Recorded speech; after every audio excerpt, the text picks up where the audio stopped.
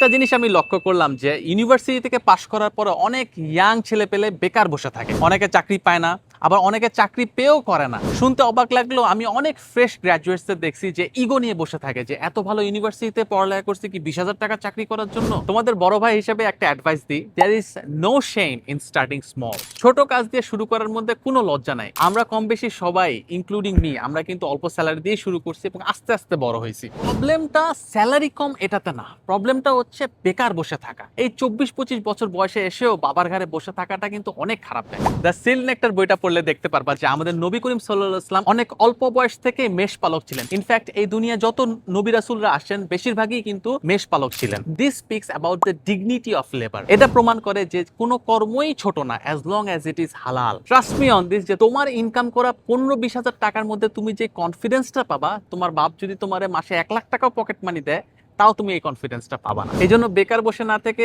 ছোট কাজ দিয়ে শুরু করো। রেসপেক্ট ইউর ইনকাম, আর্ন হালাল, ইট হালাল, ফিড হালাল। দেখবা মাত্র 2-3 বছরের মধ্যে একটা হ্যান্ডসাম অ্যামাউন্ট আর্ন করা শুরু করে দিস।